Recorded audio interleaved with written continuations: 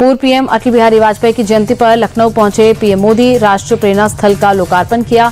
अटल जी की 65 फुट ऊंची प्रतिमा का अनावरण भी किया। अटल जी की प्रतिमा के साथ दीनदयाल उपाध्याय और श्यामा प्रसाद मुखर्जी की प्रतिमा का भी अनावरण। लखनऊ के वसंत कुंज में 65 एकड़ में फैला है राष्ट्रीय प्रेरणा स्थल। राष्ट्रीय प्रेरणा स्थल के लोकार्पण के बाद पीएम मोदी बोले, लखनऊ की धरती नई प्रेरणा की साक्षी बन रही। अटल जी ने भारत की गौरव और अस्मिता की रक्षा की। प्रधानमंत्री मोदी बोले, हमारा हर पल हर कदम राष्ट्र निर्माण को समर्पित। सबके प्रयास से ही विकसित भारत का संकल्प सिद्ध होगा। पीएम बोले, पिछले 10 साल में करोड़ों लोग गरीबी से निकले। हमारी सरकार ने पीछे छूटे लोगों को प्राथमिकता दी। हर व्यक्ति तक विकास पहुंचना ही लोकतंत्र।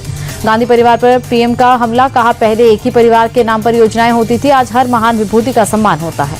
परिवारवाद पर प्रधानमंत्री मोदी ने कांग्रेस और सपा को घेरा। कहा, परिवारवादी लोगों ने राजनीतिक छुआछूत को जन्म दिया। इन लोगों ने अंबेडकर की विरासत पर चोट किया।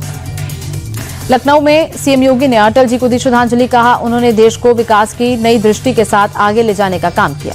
पूर्व प्रधानमंत्री भारत रत्न अटल बिहारी वाजपेयी की 101वीं जयंती। दिल्ली में सदैव अटल पहुंचकर राष्ट्रपति और प्रधानमंत्री मोदी ने दी श्रद्धांजलि। पटना बीजेपी कार्यालय में अटल बिहारी वाजपेयी की जयंती पर फोटो प्रदर्शनी। उप मुख्यमंत्री सम्राट चौधरी और विजय सिन्हा ने श्रद्धांजलि दी। क्रिसमस के मौके पर दिल्ली के cathedral church of the redemption पहुंचे प्रधानमंत्री मोदी। प्रार्थना सभा में शामिल होने के बाद लोगों को क्रिसमस की बधाई दी। संसद खेल में महोत्सव में शामिल हुए प्रधानमंत्री मोदी। गुजरात के जूनागढ़ में समापन कार्यक्रम के दौरान खिलाड़ियों को वर्चुअली संबोधित किया।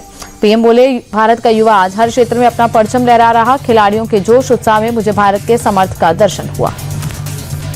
अरावली पर जारी विवाद के बीच केंद्र सरकार का बड़ा फैसला, अब नए खनन की इजाजत नहीं। पूरी अरावली रेंज में प्रतिबंध समान रूप से लागू। महानगरपालिका चुनाव को लेकर फडणवीस का विपक्ष पर बड़ा हमला। कहा, राष्ट्रवादी शक्तियों के खिलाफ जिहादी मानसिकता तैयार हो रही। फडणवीस के जिहादी मानसिकता वाले बयान पर कांग्रेस का पलटवार। आमीन पटेल बोले, इनके पास कोई दूसरा मुद्दा नहीं, ये सिर्फ चुनाव में समाज को बांटने का काम करते हैं। कर्नाटक के चित्रदुर्ग में भीषण सड़क हादसा। बस और लॉरी के बीच जोरदार टक्कर में 10 लोगों की मौत। हादसे में कई लोग घायल। दिल्ली के नरेला में बदमाशों का हाफ एनकाउंटर। मुठभेड़ में 2 वांटेड बदमाश गिरफ्तार। फायरिंग कर भागने की कोशिश में दोनों के पैर में लगी गोली।